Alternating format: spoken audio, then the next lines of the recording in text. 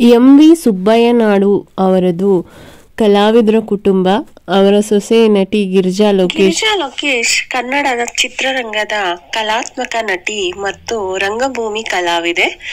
ಕನ್ನಡ ಚಿತ್ರರಂಗದ ಅಚ್ಚಳಿಯದ ನಟ ಲೋಕೇಶ್ ರವರ ಧರ್ಮಪತ್ನಿ.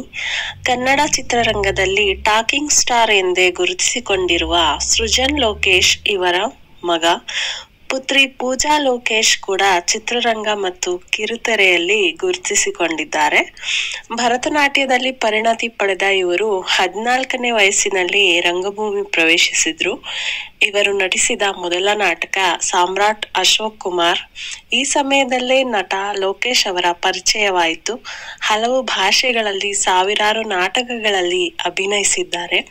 ಇವರು ನಟಿಸಿದ ಮೊದಲ ನಾಟಕ ಮಾಡಿ ಮಡಿದವರು ಎಂಬ ಸಾಮಾಜಿಕ ನಾಟಕ. ಸಾಕಷ್ಟು ನಾಟಕಗಳಲ್ಲಿ ಜೊತೆಯಾಗಿ ನಟಿಸುತ್ತಿದ್ದ ಲೋಕೇಶ್ರ ಜೊತೆ ಪ್ರೇಮಾಂಕುರವಾಗಿ ನಂತರ ಈ ಜೋಡಿ ಮದುವೆ ಆಯಿತು.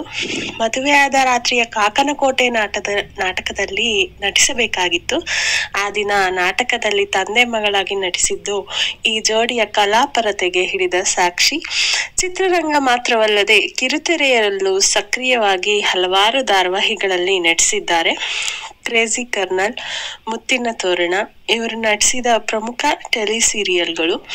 ಇವರು ನಟಿಸಿದ ಭುಜಂಗಯ್ಯನ ದಶಾವತಾರಗಳು ಮತ್ತು ಸಿದ್ಲಿಂಗು ಚಿತ್ರಗಳಿಗೆ ಕರ್ನಾಟಕ ರಾಜ್ಯದ ಅತ್ಯುತ್ತಮ ಪೋಷಕ ನಟಿ ಪ್ರಶಸ್ತಿ ಲಭಿಸಿದೆ.